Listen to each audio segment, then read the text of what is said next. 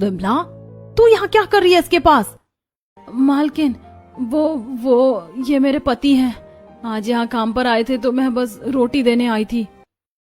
ये भगवान, राम राम राम, तू अछूत है। तू गटर साफ करने वालों के परिवार से है और तूने हमारे घर में घुसकर हमारा धर्म भ्रष्ट कर दिया। तू तो खुद को ठाकुर बताती थी, नीच कहीं की, तूने तो हद कर दी। मालकिन, मेरी बात तो सुनिए, गरीबी की वजह से झूठ बोला था। अगर सच बताती तो कोई हमें काम नहीं देता, हम भूखे मर जाते। मालकिन, चुप कर, अपनी गंदी जुबान मत खोल। हट यहाँ से, दूर हट मेरे से। मुझे छूना मत, वरना मुझे गंगा स्नान करना पड़ेगा। अभी जाकर पूरी सोसाइटी में बताती हूँ कि तूने कैसे हम सबको चूना लगाया है। मिसेस शुक्ला पैर पटकती हुई वहां से चली गई। विमला वहीं सड़क पर बैठकर फूट फूट कर रोने लगी। शाम को सोसाइटी में कोहराम मच गया। मिसेस शुक्ला ने सबको इकट्ठा कर लिया और विमला के बारे में नमक मिर्च लगाकर बताने लगी। अरे वो विमला है ना, वो नीचे वाली बस्ती से आई है, वो अछूत लोगों में से है। और फिर तो ये बहुत गलत है। इतने बड़े घर में हमारे बीच, हमें मिसेस अग्रवाल को बताना पड़ेगा। शाम को वही महिलाएं मिलकर मिसेस अग्रवाल के पास पहुंचती हैं। मिसेस अग्रवाल, हमें आपसे एक जरूरी बात करनी है। हाँ कहिए, क्या बात है? आपने जिस औरत को काम पर रखा है वो हमारे घरों में कदम रखने लायक भी नहीं है। क्या मतलब? वो नीचे वाली बस्ती से हैं और अछूत हैं। अरे तो क्या हुआ शुक्ला जी, इतना शोर क्यों मचा रखा है? अरे मिसेस अग्रवाल, जिसे आप विमला विमला करती थकती नहीं थी, उसका पति गटर साफ करता है। उसने हम सबके घर अपवित्र कर दिए हैं। रसोई में घुस गई वो, उसे अभी काम से निकालिए और यहाँ घुसने मत दीजिएगा। शुक्ला जी, 2026 चल रहा है। आज के जमाने में आप अभी भी इन दकियानूसी बातों में फंसी हैं। उसने काम ईमानदारी से किया है, बस यही मायने रखता है। मुझे फर्क नहीं पड़ता कि वो कहाँ रहती है। आपको फर्क नहीं पड़ता? वाह, विदेश जाकर आप अपनी संस्कृति भूल गई हैं। हमें पड़ता है। उसे आने दीजिए, कल हम उसे सबक सिखाएंगे। एक तरफ सोसाइटी में कोहराम मचा था, वहीं उधर झुग्गी में विमला और रामू डरे हुए बैठे थे। रामू बहुत गुस्से में था। मैंने कहा था ना विमला, ये लोग हमें इंसान नहीं समझते। अब देख, सब पता चल गया। कल से तू कहीं नहीं जाएगी। ये लोग हमें जान से मार देंगे या पुलिस में दे देंगे। पर रामू, हमारी तनख्वाह, पूरे महीने की मेहनत, और वो अग्रवाल मालकिन तो बहुत अच्छी थी, क्या वो भी मुझे निकाल देंगी? कोई अच्छी नहीं होती विमला, सब अपने मतलब के यार हैं। कल से हम अपनी उसी पुरानी जिंदगी में रहेंगे, भले ही भूखे सो जाएं। विमला डर से किसी के घर काम पर नहीं जाती। दिन गुजरते हैं और एक रात मिस्टर और मिसेस अग्रवाल अपनी गाड़ी से किसी पार्टी से लौट रहे थे। शहर के बाहरी इलाके में अचानक एक तेज रफ्तार ट्रक ने उनकी गाड़ी को साइड से टक्कर मार दी। गाड़ी अनियंत्रित होकर पलट गई और सड़क के किनारे एक गड्ढे में जा गिरी। मिस्टर और मिसेस अग्रवाल लहूलुहान होकर गाड़ी के अंदर फंस गए। बचाओ, कोई है? अनीता, उठो अनीता, कोई मदद करो। अरे बचाओ, कोई है? अनीता, उठो अनीता, अरे कोई मदद करो। तभी पास एक टॉर्च की रोशनी दिखाई दी। रामू और विमला वहीं पास की एक सरकारी लाइन का मुआयना कर रहे थे, क्योंकि उन्हें रात की शिफ्ट में काम मिला था। चीखें सुनकर वो दौड़कर वहां पहुंचे। अरे ये तो मालकिन है, अग्रवाल मालकिन। रामू जल्दी करो, इनकी जान बचानी होगी। मालिक, आप ठीक है? विमला, तू पकड़ इन्हें, मैं दरवाजा तोड़ता हूँ। रामू ने अपनी पूरी ताकत लगा दी। उसके हाथ छिल गए, खून बहने लगा, लेकिन उसने हार नहीं मानी। उसने मिस्टर और मिसेस अग्रवाल को बाहर निकाला। दोनों बेहोश हो चुके थे। सड़क पर कई गाड़ियां गुजरी, पर कोई एक्सीडेंट और पुलिस के डर से नहीं रुका। कोई मदद नहीं कर रहा। रामू क्या करे? अस्पताल नहीं ले गए तो ये मर जाएंगे। अरे वो देख ठेला, वो कूड़े वाला ठेला पड़ा है, हम उसी पर लेटाकर इन्हें पास के अस्पताल ले जाएंगे, पैदल ही भागेंगे। रामू और विमला ने उन दोनों को गंदे कूड़े वाले ठेले पर लेटाया और पागलों की तरह अस्पताल की ओर दौड़े। अस्पताल पहुंचते ही डॉक्टर ने उन्हें इमरजेंसी में लिया। इनका बहुत खून बह गया है, तुरंत खून चढ़ाना होगा। क्या आप इनके रिश्तेदार हैं? नहीं डॉक्टर साहब, हम तो इनके यहाँ काम करते हैं। आप हमारा खून ले लीजिए, बस इन्हें बचा लीजिए। इनके रिश्तेदारों को फोन लगाइए। नर्स, ये शहर के काफी अमीर लोग हैं, इनके जानने वाले यहाँ आ जाएंगे। डॉक्टर और नर्स अग्रवाल परिवार के रिश्तेदारों को फोन लगाते हैं और खून देने को कहते हैं, लेकिन सभी मना कर देते हैं। तभी, अरे डॉक्टर, हमारा खून ले लो, लेकिन इन्हें बचा लो। अरे तुम लोग, तुम जानते हो ये कितने बड़े लोग हैं, और तुम तो सफाई कर्मचारी लग रहे हो। तुम्हारा खून इनके शरीर में कैसे? नर्स जी, खून का रंग लाल ही होता है। आज जात पात की बात मत कीजिए। अगर हमारा खून मिलने से इनकी जान बचती है तो हम सब कुछ देने को तैयार हैं। भगवान के लिए कुछ कीजिए। डॉक्टर ने वक्त की नजाकत को समझा और रामू और विमला का ब्लड ग्रुप चेक किया। किस्मत से रामू का ब्लड ग्रुप मिस्टर अग्रवाल से मिल गया। रामू ने अपना खून दिया और दोनों की जान बच गई। सुबह होते ही रामू और विमला चुपचाप वहां से निकल गए। 2 दिन बाद। थैंक यू डॉक्टर, आपने हमारी जान बचा ली। अरे आपकी जान उन गरीब लोगों ने बचाई है। अगर वो सही समय पर आपको यहाँ नहीं लाते तो कुछ भी हो सकता था। क्या? कौन था वो? हाँ, अगर वो समय पर ना लाते और अपना खून ना देते तो आज आप जिंदा नहीं होते। वो लोग बहुत गरीब थे, लेकिन आपको खून देकर वो यहाँ से चले गए। हमें उन्हें ढूंढना होगा। हॉस्पिटल में सीसीटीवी होगा ना, उसी में चेक करते हैं। अग्रवाल परिवार सीसीटीवी से चेक करवाता है। अरे ये तो विमला है जिसे हमारी सोसाइटी के लोगों ने अनटचेबल कहकर निकाल दिया। इसने हमारी जान बचाई। क्या ये लोग ऐसे हैं और हमने इन्हें छू लिया? हे भगवान, आप लोगों को शर्म आनी चाहिए। जो लोग हमारी जान बचाते हैं आप उन्हें ही दूर भगाना चाहते हैं। अरे ये वही लोग हैं जो हमारे शहर को साफ रखते हैं और हम उन्हें ही अछूत कहते हैं। कब बदलेगी आपकी सोच? कब समझोगे आप लोग? अभी भी उस दकियानूसी सोच में जी रहे हो। उसी समय दोनों ने फैसला किया कि वो विमला को ढूंढकर धन्यवाद देंगे। कुछ दिन बाद मंदिर से लौटते समय सड़क किनारे। अरे देखो, वो रही विमला। हाँ, चलो उनके पास चलते हैं। विमला अपने बच्चों को स्कूल से लेकर आ रही थी। बच्चे पसीने में भीगे हुए थे। उसका पीछा करते हुए अग्रवाल दंपति सीधे उस गंदी बस्ती में पहुंचे जहां बदबू और कीचड़ का अंबार था। जैसे ही उनकी बड़ी गाड़ी वहां रुकी, पूरी बस्ती के लोग बाहर आ गए। विमला और रामू अपनी झोपड़ी के बाहर बैठे थे। मालकिन, आप यहाँ क्यों आए?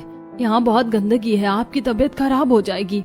विमला, तुमने हमारी जान बचाई और वो लोग मूर्खों की तरह तुम्हारी जात ढूंढ रहे थे। हमें माफ कर दो विमला। रामू भाई, तुमने जो हमारे लिए किया है उसका मोल हम कभी नहीं चुका सकते। हमने तुम्हारी हालत देखी है। तुम लोग यहाँ अब एक पल भी नहीं रहोगे। पर मालिक, हम कहाँ जाएंगे? हमारा तो यही ठिकाना है। तुम हमारे साथ चलोगी उस घर में जहाँ 150 एसी लगे। पूरी बस्ती दंग रह गई। मिस्टर अग्रवाल ने विमला और रामू का सारा सामान अपनी गाड़ी में रखवाया और उन्हें लेकर अपनी कोठी की ओर चल दिए। जैसे ही गाड़ी सोसाइटी के अंदर घुसी, मिसेस शुक्ला और उनकी मंडली वहीं खड़ी थी। अरे ये क्या मिसेस अग्रवाल, आप इन अछूतों को अपनी गाड़ी में बिठाकर लाई हैं? आपका दिमाग तो ठीक है। शुक्ला जी, आप चुप रहिए। आज जो मैं जिंदा खड़ा हूँ वो इन्हीं अछूत लोगों के खून की वजह से हूँ। आज से ये लोग इस घर में नौकर नहीं बल्कि इस घर के सदस्य और रखवाले बनकर रहेंगे। और सुनिए, जिसे आप अछूत कह रही हैं उनका दिल आप सबसे ज्यादा साफ है। अगर आपको हमसे वास्ता रखना है तो इन्हें भी सम्मान देना होगा, वरना आज ही हमारी दोस्ती खत्म। मिसेस शुक्ला का मुंह खुला का खुरा रह गया। अग्रवाल परिवार विमला, रामू और उनके बच्चों को बंगले के अंदर ले गई। ओ माँ, यहाँ तो बहुत ठंडक है। बिट्टू, पिंकी, देखो ये है वो एसी वाला घर। माँ, यहाँ तो छत भी तप नहीं रही और कितनी खुशबू आ रही है। विमला, पहले तुम सब लोग नहा लो। मैंने तुम्हारे लिए और बच्चों के लिए नए कपड़े मंगवाए हैं, फिर हम सब साथ में बैठकर खाना खाएंगे। विमला और उसके परिवार ने पहली बार एक आलीशान बाथरूम में नहाया, साफ और नए कपड़े पहने। जब वो बाहर आए तो कोई नहीं कह सकता था कि ये वही लोग हैं जो गटर साफ करते थे। डाइनिंग टेबल पर 56 भोग सजे थे। मालिक, हम जमीन पर बैठकर खा लेंगे, हमें इसकी आदत नहीं है। नहीं रामू भाई, आज से आदत डाल लो। तुम हमारे भाई जैसे हो। खाना खाने के बाद मिस्टर और मिसेस अग्रवाल ने उन्हें एक बड़े कमरे में बिठाया।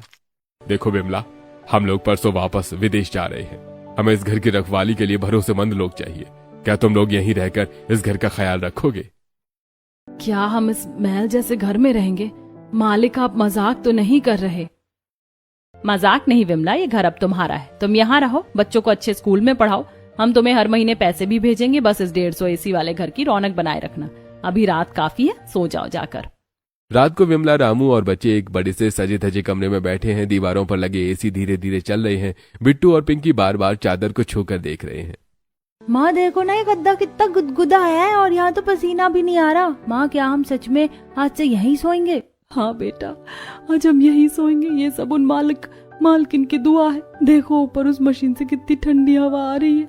पर माँ, क्या हम इतने बड़े घर में रह पाएंगे? यहाँ तो इतने सारे कमरे, अगर हम रास्ता भटक गए तो? और वो 150 एसी। माँ, क्या हमें इन सबको चलाना होगा? बेटा, हमें बस इस घर की रखवाली करनी है। मालिक ने हम पर भरोसा किया है। अगले दिन सुबह मिस्टर और मिसेस अग्रवाल के जाने की तैयारी शुरू हो जाती है। उनके सूटकेस पैक हो चुके हैं। विमला और रामू गेट पर खड़े हैं। विमला ने आज एक साफ सुथरी साड़ी पहनी है और रामू भी नए कपड़ों में शालीन लग रहा है। तभी पड़ोस की मिसेस शुक्ला और उनके साथ 2-3 और औरतें वहां आ पहुंचती हैं। मिस्टर अग्रवाल, आप अभी भी अपने फैसले पर अड़े हुए हैं? आप जा रहे हैं और इन लोगों के भरोसे इतना बड़ा बंगला छोड़कर जा रहे हैं। आपको डर नहीं लगता कि ये लोग कुछ गायब कर देंगे या घर को गंदा कर देंगे? आखिर हैं तो ये वही ना। शुक्ला जी, बस बहुत हुआ। इन लोगों ने हमें वो दिया है जो पैसा नहीं दे सकता, जिंदगी। इन्होंने अपना खून दिया है। और जहां तक सफाई की बात है, विमला ने पिछले 1 महीने में मेरे घर को आईने जैसा चमकाया है। मुझे इन पर अपने आप से ज्यादा भरोसा है। और शुक्ला जी, एक बात याद रखिए, इंसान अपनी जात से नहीं अपने कर्मों से बड़ा होता है। अगर आपको इस घर में आना है तो इन्हें सम्मान देना होगा, वरना इस घर के दरवाजे आपके लिए हमेशा के लिए बंद रहेंगे। मिसेस शुक्ला का चेहरा गुस्से से लाल हो गया, लेकिन वो कुछ बोल नहीं पाई और बड़बड़ाते हुए वहां से चली गई। अग्रवाल साहब ने घर की चाबियां रामू के हाथ में थमा दी और रामू को तोहफे में घर दे दिया। रामू भाई, ये अब घर तुम्हारा है। हमने बैंक में तुम्हारे नाम से कुछ पैसे भी जमा करा दिए हैं और हर महीने तुम्हें तनख्वाह मिलती रहेगी। बच्चों का दाखिला पास के अच्छे स्कूल में करा देना, हमने बात कर ली है। बस खुश रहो। मालिक, हम आपका यह एहसान कभी नहीं भूलेंगे। आपने हम जैसे गरीबों को आसमान दिखा दिया। हम इस घर का ख्याल अपनी जान से बढ़कर रखेंगे। अग्रवाल परिवार अपनी गाड़ी में बैठकर निकल गया। विमला और रामू भारी मन से उन्हें विदा करते हैं। अब वो उस 150 एसी वाले बंगले में अकेले थे। एक दोपहर विमला गार्डन में पौधों को पानी दे रही थी, तभी वही पड़ोसन ममता झुग्गी वाली वहां से गुजरी। अरे विमला, ये तो तू है? तू तो एकदम मेम साहब लग रही है। क्या सच में तू इस महल में रह रही है? हाँ ममता बहन, देख भगवान ने हमारी सुन ली। ये सब उन भले लोगों की मेहरबानी है। नहीं नहीं, मैं अंदर नहीं आऊंगी, वो बड़े लोग नाराज हो जाएंगे। अरे कुछ नहीं होगा, अब ये घर हमारी जिम्मेदारी है। देख ममता, यहाँ कितनी ठंडक है, अंदर आ, थोड़ा ठंडा पानी पी ले। विमला ममता को अंदर ले जाती है। ममता घर की चकाचौंध और एसी की ठंडक देखकर दंग रह जाती है। विमला उसे अच्छे से बिठाकर ठंडा शरबत पिलाती है। विमला, तुझे याद है जब तू काम ढूंढने गई थी तो मैंने तेरा मजाक उड़ाया था? मुझे माफ कर दे, मुझे नहीं पता था कि गर्मी में तुम्हारे गरीब परिवार को 150 एसी वाला घर मिल जाएगा। समय बीतता गया और अब 10 साल बाद विमला और रामू के बच्चे अब सफल इंसान बन चुके थे। रामू ने अब गटर साफ करना छोड़ दिया था। वो बंगले के गार्डन और देखरेख का काम पूरी ईमानदारी से करता था।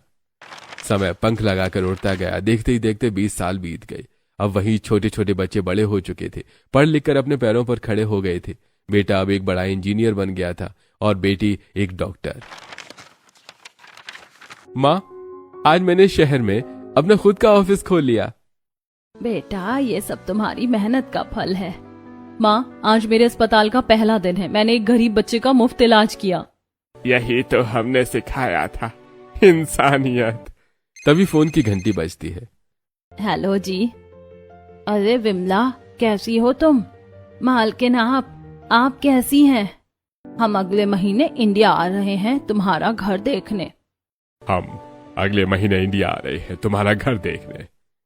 मालिक, आप आइए, आपका घर बिल्कुल सुरक्षित है। हमने इसे अपना समझकर संभाला है।